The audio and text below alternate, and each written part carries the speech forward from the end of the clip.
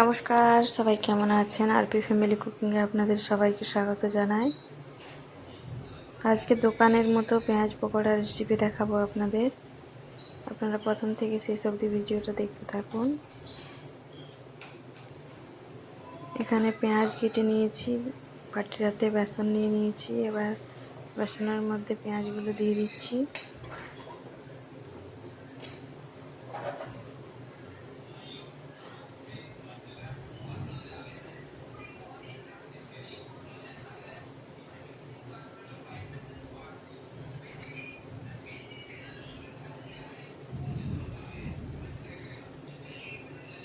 এখানে ভেন্ডি কেটে রেখেছি রান্নার জন্য। ভেন্ডি রেসিপিটা দেখাবো না আপনাদের সঙ্গে শুধু পেঁয়াজ পকোড়া রেসিপিটা শেয়ার করব। স্বাদ মতো নুন দিয়ে দিলাম। এবার কয়েকটা লঙ্কা এখানে দিয়ে দেব।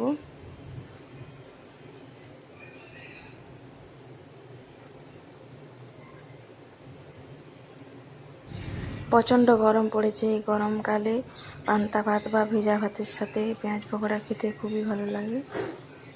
সেই জন্যই এখানে আমি আজ পেঁয়াজ পকোড়া বানাচ্ছি।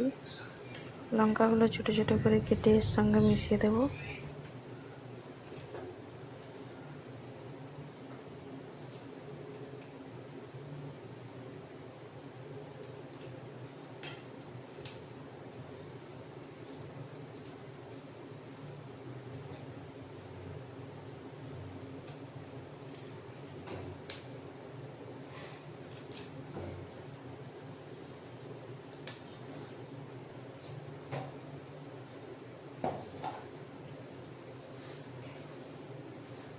সামান্য একটু গোটা জিরে দিয়ে দিলাম। গোটা জিরে দিলে ভাজার পর জিরের গন্ধটা ভালো লাগে।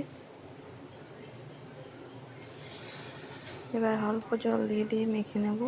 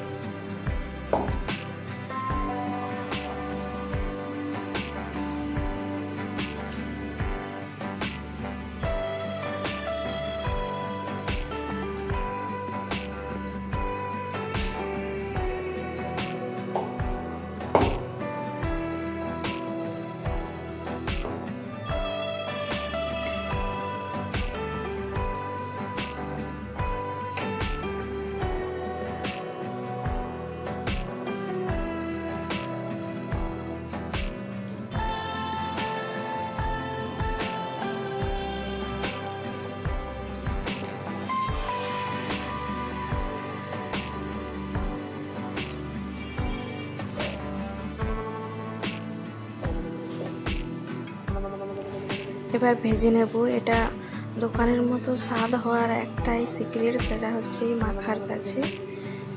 এটা এমন চটকে চটকে মাখতে হবে যেন পেঁয়াজটা পুরো নরম হয়ে যায়। দোকানিরা এইভাবেই মাখে বলে দোকানদারদের কাছে পেঁয়াজ পকোড়া খেতে বেশি টেস্ট লাগে। মেখে 10 মিনিট মতো রেখে দিতে হবে। আমি 10 মিনিট পরে ভেজে নিচ্ছি।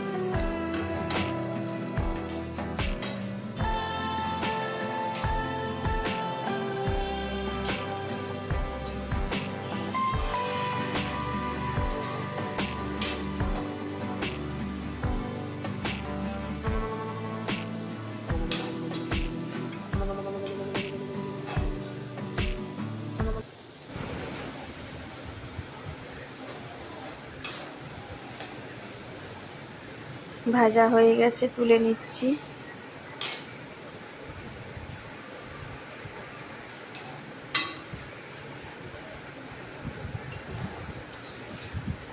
আর অল্প সামান্য আছে, তাহলে পুরোটা ভাজা হয়ে যাবে।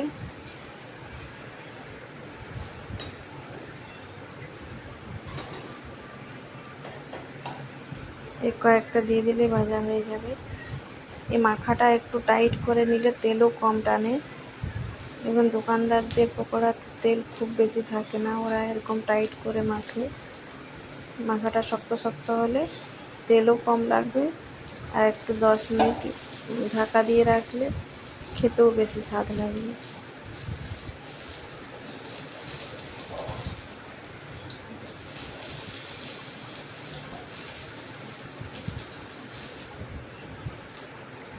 এগুলো ভাজা হয়ে গেছে, এবার তুলে নেব।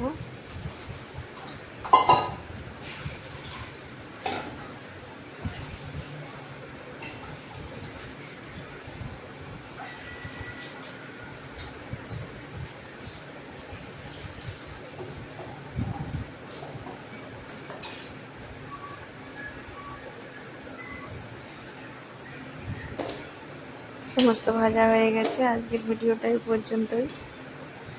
সবাই ভালো থাকবেন, সুস্থ থাকবেন, আর ফ্যামিলি কুকিং দেখতে থাকবেন। আর আমার রান্না যদি ভালো লাগে অবশ্যই চ্যানেলটি সাবস্ক্রাইব করে পাশের ঘন্টিটা ক্লিক করে রাখবেন। ভিডিওটি বন্ধুদের সাথে শেয়ার করে দেবেন। আপনি দেখুন, অন্যকে দেখার সুযোগ করে দিন।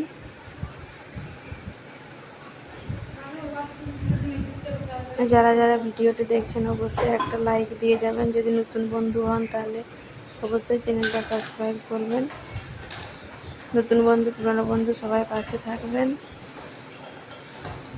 দেখা হবে কাল নতুন আরও একটা অন্য ভিডিও নিয়ে। ততক্ষণ সবাই ভালো থাকুন, সুস্থ থাকুন।